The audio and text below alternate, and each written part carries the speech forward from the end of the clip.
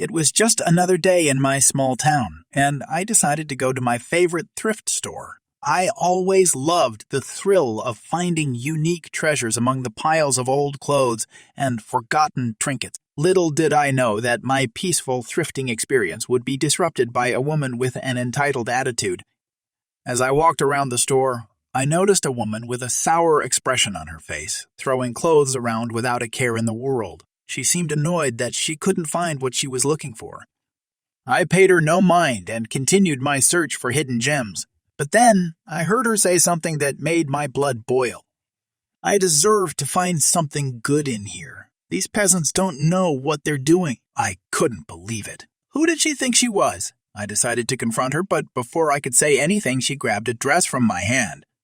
"Excuse me, I had my eye on that," I exclaimed. The entitled woman turned to me, looking me up and down. "Please, you probably can't even afford it," she scoffed. I was fuming. I'm not rich by any means, but I work hard for my money, and I certainly don't appreciate being insulted. "I don't need your permission to buy anything," I retorted, "and I'll thank you to keep your hands off my things." The woman rolled her eyes and continued to browse through the racks, but she wasn't done causing trouble yet. As I was looking through a box of jewelry, the entitled woman approached me again, this time with an even more hostile attitude. "I found something I want. Give it to me," she demanded. I looked at her incredulously. Was she serious? "Excuse me?" I asked. "I said, give me that necklace." "I saw it first," she replied, her voice rising in anger. I knew I wasn't going to win this argument with words, so I held on to the necklace tight. "No, I found it fair and square. You can't just take things from other people," I said, my voice shaking with anger. The entitled woman didn't like being told no. She reached for the necklace, trying to pull it from my grasp. I held on tighter, and we started to tug back and forth. "That's it! I'm taking it!" she yelled. I didn't know what to do. I didn't want to let go of the necklace, but I also didn't want to cause a scene. Just as I was about to give up, a store employee walked over. "Is everything okay here?" she asked. The entitled woman sneered at me, then turned to the employee with a sweet smile. "Yes, everything is fine. This woman was just leaving," she said, pointing to me.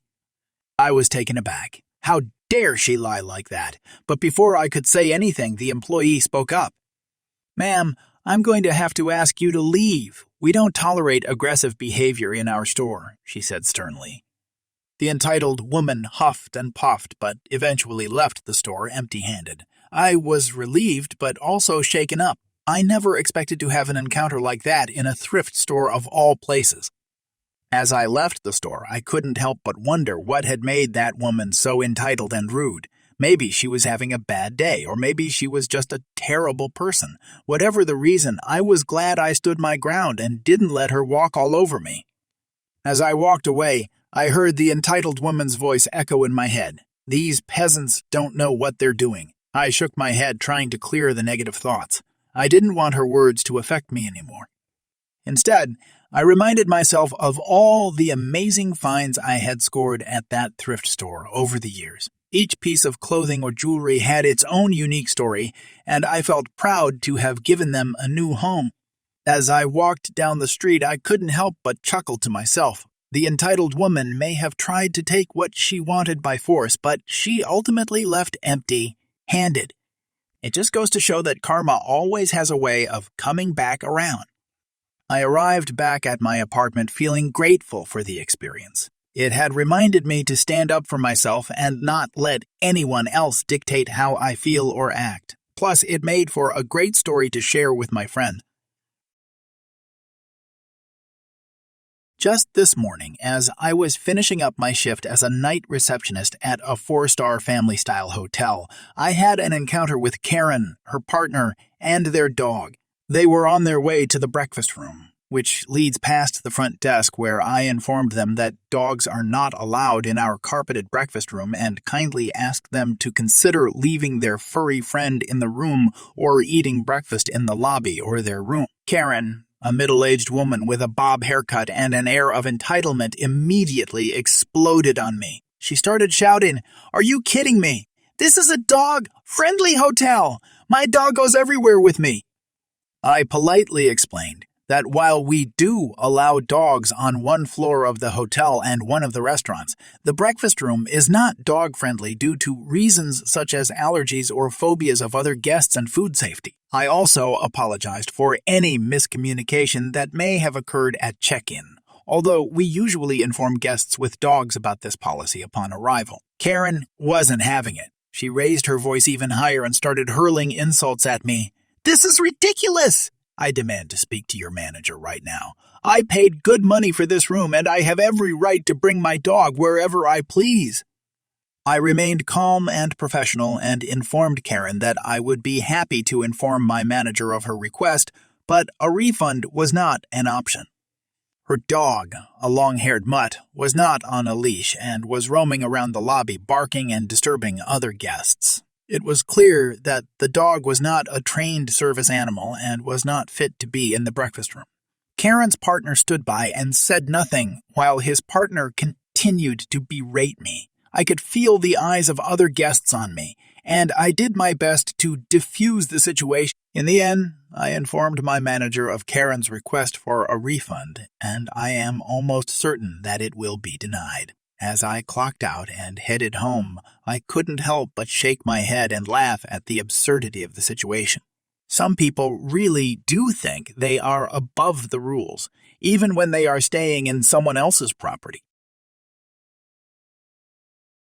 One afternoon, I decided to walk to a strip mall from my apartment. I walked on the sidewalks along a neighborhood road that runs parallel to a very busy road. Often, people get frustrated on that main road and will barrel down the neighborhood road, so the town installed several stop signs and speed bumps along the neighborhood road. 1 block from the strip mall, there is a non-standard intersection. Instead of the usual 4-way stop signs, there are stop signs for traffic on the neighborhood road, but there are no stop signs for traffic coming out of an apartment complex. There are big signs saying that the apartment complex traffic has the right-of-way necessary because the way their road curves around a building and climbs a hill, drivers cannot see until they are already into the intersection. Speed limit is 25 miles per hour, too. I notice a fancy car coming from behind me and speeding toward that non-standard intersection. Not sure how fast, but definitely more than 25 miles per hour. I'm close to this intersection when I hear some screeching tires and horn blowing. Apparently, the fancy car man blew through his stop sign and almost hit a car that was coming into the intersection from that road that doesn't have to stop. Fancy car man starts yelling and cursing at the other driver. Then I see blue lights come on. There was a cop sitting at the opposite stop sign who saw the whole incident unfold in front of him. He tells Fancy Carman to shut up and sends the other driver on her way. Then he starts talking to Fancy Carman, I presume to explain what he did wrong. At this point, I have walked up close enough to hear their discussion. Cop is telling Fancy Carman that he has to stop at that stop sign, but crossing traffic doesn't have stop signs, as indicated by other warning signs. Fancy Carman is irate, then says I don't have accidents. Stop signs are for other people. He included several curse words that I have left out, some directed at the cop. That is enough for the cop. He cuffs Fancy Car Guy and puts him into the back of his police car. A little later, when I'm coming out of a store, I see a tow truck dragging the fancy car away. As I stated before, life has been pretty great, except for what I'm about to tell you here. Just a little update on me and my kids. We're all doing well. I'm still with my boyfriend Kyle, and we're enjoying a meaningful, loving, and wild relationship. I'm no longer a dancer as I had to have some surgery on my lower back to fix a spinal issue that I had been dealing with for a number of years. Due to some in-house trauma at the club, I decided to quit. Nothing post-worthy, as it really had nothing to do with me personally. I now work from home again, but I'm still good friends with everyone at the club. Anyway, that's about it for the update. On to the insanity. Well, as you saw by the title, you might have a clue. I got a phone call a month ago, and it was told to me that my mother, who I call Beelzebitch, passed away in prison from a stroke. At first, I didn't care. I told them that it was their problem, Not mine, but my attitude changed when they told me that I was entitled to some inheritance.